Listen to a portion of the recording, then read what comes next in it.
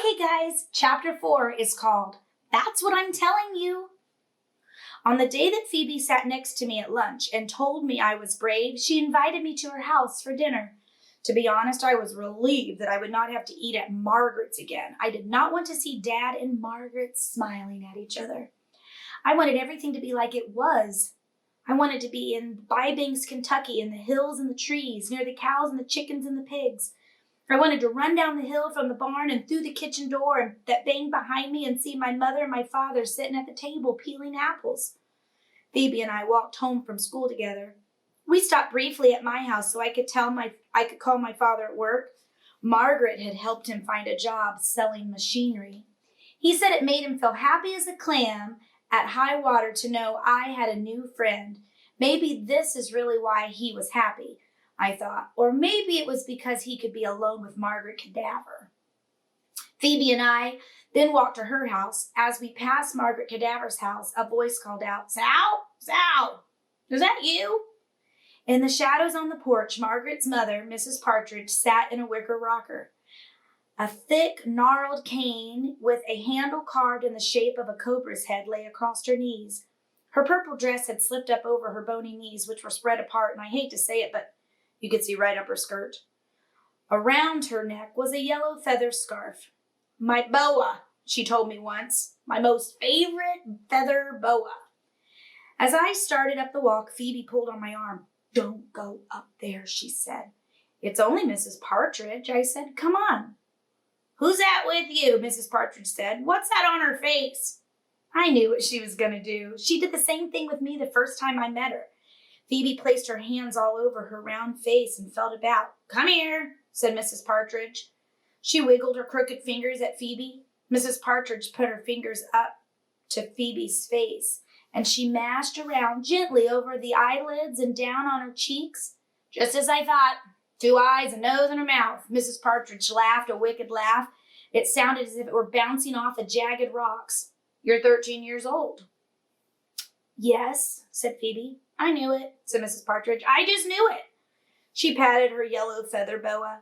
"This is Phoebe Winterbottom," I said. "She lives right next door to you." When we left, Phoebe whispered, "I wish you hadn't done that. I wish you hadn't told her I live next door." "Why not? You don't seem to know Mrs. Cadaver and Mrs. Partridge very well." "They haven't lived there very long, only a month or so. Don't you think it's remarkable that she guessed your age?" "I don't see what's so remarkable about it." Before I could explain, Phoebe started telling me about a time that she and her mother and father and sister, Prudence, had gone to the state fair. At one booth, a crowd was gathered around a tall, thin man. "So what was he doing?" I asked. "That's what I'm telling you," Phoebe said. Phoebe had the way of sounding like a grown-up sometimes. When she said, "That's what I'm telling you," she sounded like a grown-up talking to a child.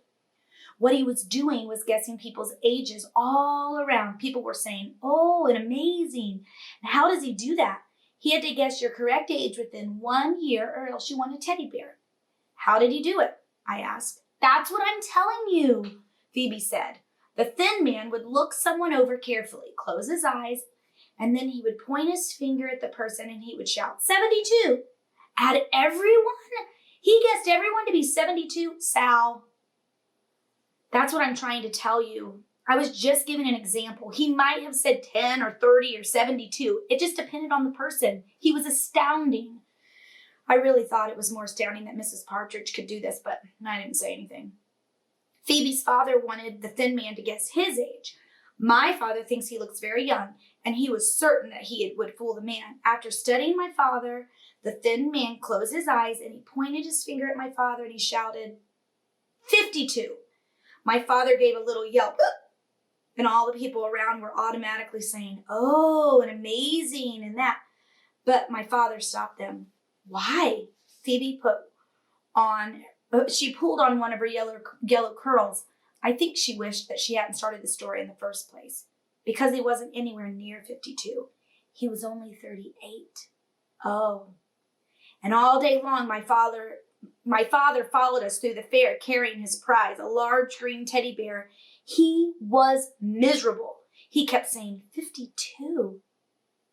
52? Do I look 52? Does he? Phoebe pulled harder on her hair. No, he does not. He does not look 52. He looks 38. She was very defensive about her father. Phoebe's mother was in the kitchen. I'm making blackberry pie, Mrs. Winterbottom said. I hope you like blackberries. Is there something wrong? Really? If you don't like blackberries, I could. No, I said, I like blackberries very much. I'm just allergic. I have allergies, I think. To blackberries, said Mrs. Winterbottom. No, not to blackberries. The truth is, I do not have allergies, but I would not admit that blackberries remind me of my mother. Mrs. Winterbottom made me and Phoebe sit down at the kitchen table and tell her about our day. Phoebe told her about Mrs. Partridge guessing her age. She's really remarkable, I said, Phoebe said. It's not that remarkable, Sal. I wouldn't exactly use the word remarkable, but Phoebe, I said, Mrs. Partridge is blind. Both Phoebe and her mother said, blind? Later, Phoebe said to me, don't you think it's odd that Mrs. Partridge, who is blind, could see something about me, but I, who can see, was blind about her? And speaking of odd, there's something very odd about that Mrs. Cadaver. Margaret, I said. She scares me half to death, Phoebe said. Why? That's what I'm telling you. First, there's the name Cadaver. You know what cadaver means.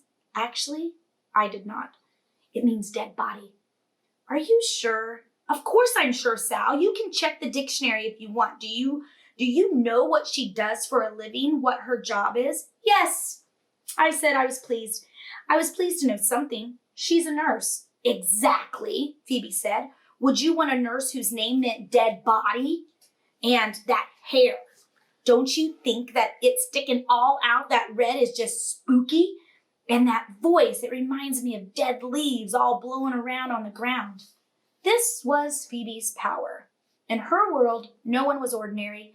People were either perfect, like her father, or more often they were lunatics and axe murderers.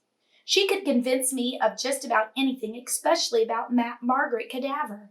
And from that day on, Margaret Cadaver's hair did look spooky, and her voice sounded exactly like dead leaves. Somehow it was easier to deal with Margaret if there were reasons not to like her, and I definitely did not want to like her. Do you want to know an absolute secret? Phoebe said. I did. Promise not to tell?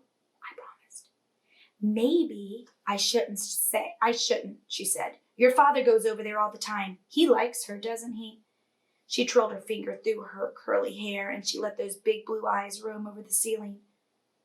Her name is Mrs. Cadaver, right? Have you ever wondered what happened to Mr. Cadaver? I never really thought about it. Well, I think I know. And it's awful. Purely awful. That's it. Bye, guys.